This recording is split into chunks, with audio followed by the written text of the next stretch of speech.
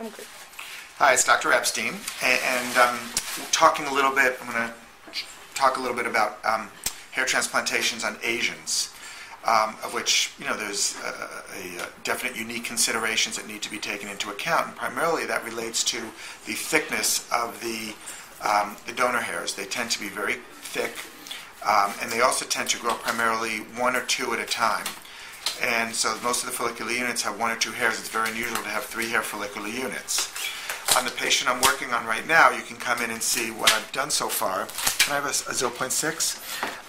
What we've done so far, we're basically bringing forward his hairline down to around like that. So it's around 2.5 centimeters we're bringing his hairline forward.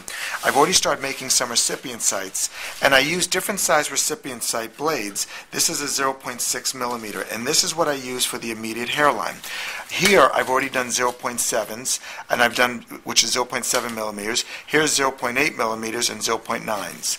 I anticipate that in his case, and we've already tried them out, and Corellia here is getting some grafts together to try out more, but his 2 hair grafts fit in 0.7 millimeter recipient sites, and his 3 hair grafts, of which there are very few, fit in 0.9. So this is where the 0.9 millimeter recipient sites are being made.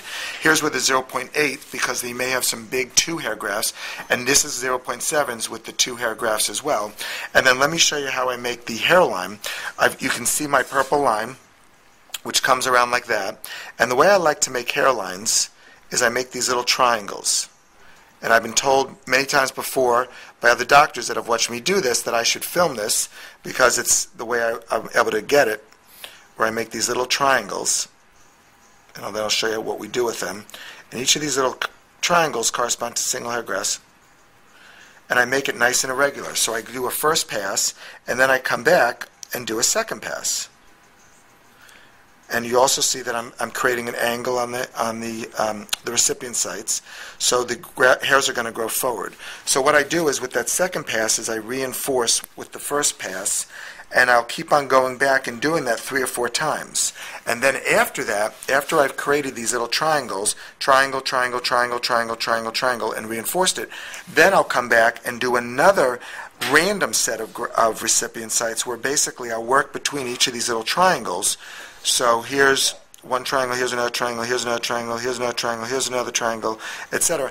And then I'll go ahead and I'll make some individual scattered ones which break apart the appearance of the triangles, but still the essence is that he's got these little triangles which are which create those micro and macro zones of irregularity.